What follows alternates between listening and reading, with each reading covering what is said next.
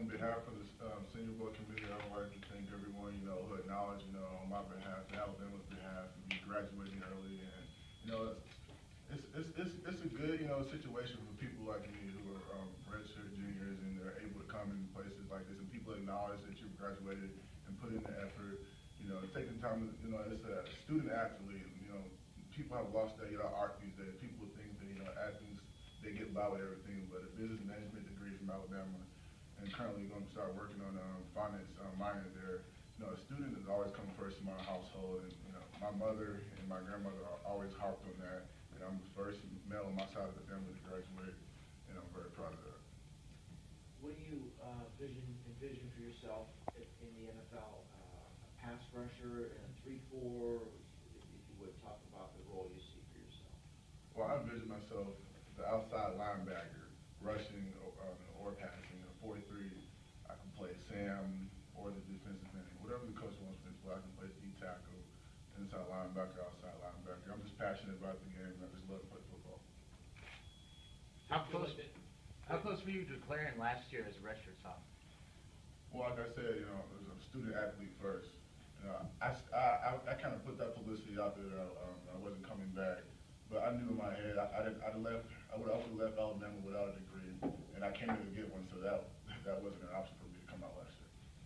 And you talk about some of the different positions that you play. Do you feel like that's one of the biggest things that you bring to the table, just that versatility? I'm pretty, multiple things, leadership. I'm very articulate people, I can get to my teammates, more so than coaches because everyone gets taught different. I play the defensive tackle, defensive end, money linebacker. I play Will linebacker, Sam linebacker, Jack linebacker, Buck is kind of a roamer linebacker. So just about anything, whatever coach needs me, I play. When did you become aware that they had started the rule here, that you could come after you graduated after your junior year, and how much you feel like you can benefit from this? Well, I learned last year with DJ Fluker's situation that he was able, Alabama does a good job in enrolling their kids in their summer school, and it's part of the process that you have to go through there. And if you're not willing to go through that, then you just get sent home. Alabama, they're students first and then they're athletes. But this situation, like I said, has benefited a lot of people in many ways.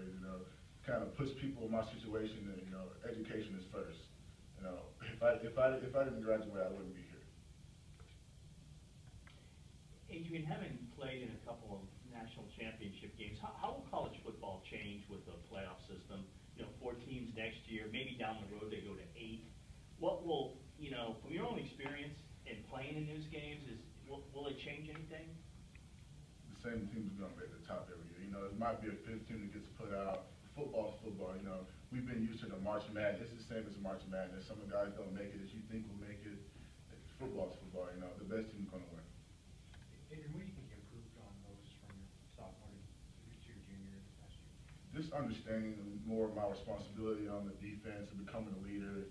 And Coach Saban harping on, not just learning but teaching others. And I think that I did a great job of teaching others, how to understand Coach Saban's defense. Have you talked to, obviously Alabama's had a lot of players in the NFL in recent years, teammate years. Have you talked to any or many yet about advice for the draft process or the Senior Bowl? Alabama is like a factory. I've talked, those guys come back there, they hang out with us all the time. I had a good friend, D. Miller. I talk to them on a daily basis. They always, harp on, just make sure you go about the right way, of handling your business as a grown-up. A lot of people, forget how to, own up to things and handle business. That's one of the key things that you have to maintain. Is Courtney Upshaw someone that was a role model for you? Courtney, guy that you talked to a little bit about the NFL? Courtney Upshaw, part of one of my biggest mentors. I ended up playing behind Courtney for 2 years. Dante Hightower too. Alice Walker, he was a reserve behind Courtney. And those guys just showed me the way, and they told me, it doesn't matter how good you are, they had to wait their turn. So everybody has to wait their turn in Alabama. It's the process like I keep harping on. And you just have to wait your turn, and when it's your turn to shine, you got to make plays. And you're one of the, several Alabama guys that are down here. One guy that is in left tackle, Cyrus Wanja, I think I pronounced that correctly. Can you just talk about what he brings to the table? I know he's obviously a guy that you went up against a lot during practice. Cyrus is competitive. He's a warrior. Cyrus, you know, comes every day. I tell Cyrus, I'm not letting up on you, and he's not gonna let up on me. He's just a warrior. He likes to compete. That's what we do out there. We sit there, we compete every day. And if someone lets up, you know, you put them in the ground, and they learn from the situations, and we move on. We all work hard.